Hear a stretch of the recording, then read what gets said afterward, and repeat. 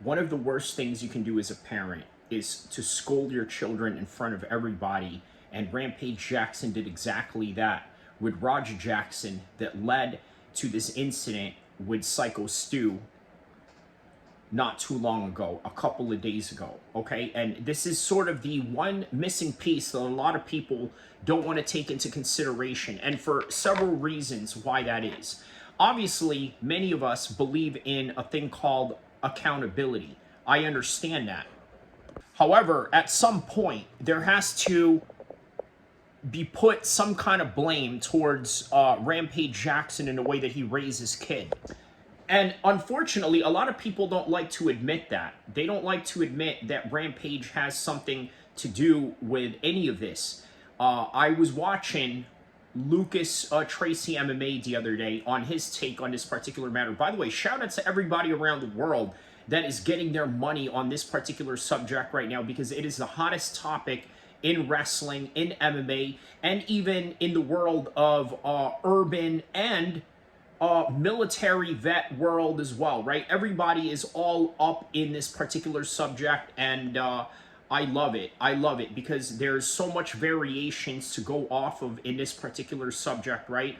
There's the aspect of sociology. There is the aspect of how to raise kids. There's the aspect of psychology. And then there's the aspect of trying to figure out what it means to be a PTSD-ridden vet on top of being an MMA fighter suffering too much damage maybe really early on in your career, right? So all of these things are correlated, and everybody has talked about it in one form or another regarding the subject of Roger Jackson. However, you people have to understand one thing, right?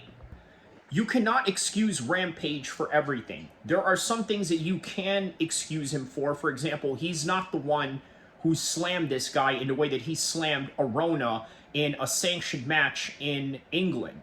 Okay, that's for one. Okay, another thing you got to understand is that how you raise your kids affects their mental health, affects how they behave and act towards other people, how they treat other people. And I don't think people want to take this into consideration at all.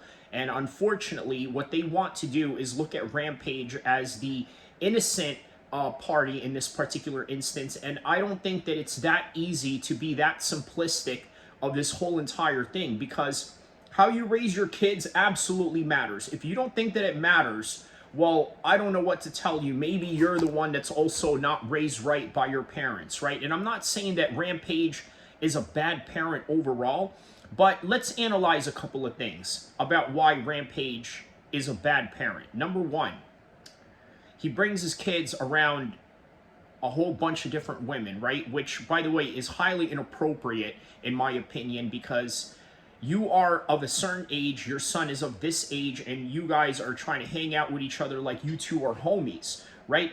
I don't think that flies. I don't think that's normal, but I can understand why that's normal in certain instances, in particular in the hood culture, right? Which, by the way, a world that I'm not necessarily a prude for, but at the same time, there are some certain criticisms that I may have about certain cultural practices regarding that.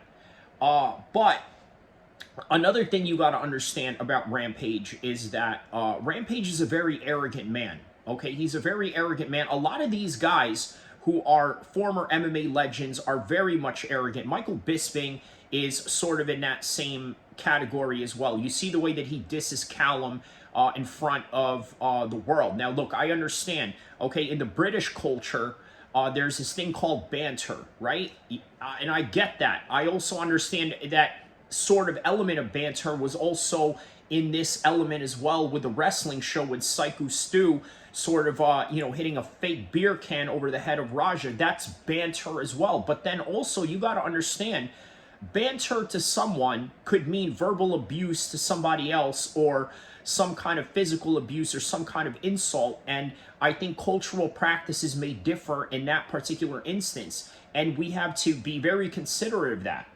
Okay, so the way that Rampage talks to his son, the way that Callum Bisping gets talked to by Michael Bisping. It's all one and the same, right? However, at the same time, you don't see Callum Bisping going out there wilding out and beating people up in a wrestling ring for no apparent reason, no provocation. At the same time, there's not a lot of people that provoke Callum Bisping, right? He's a big dude.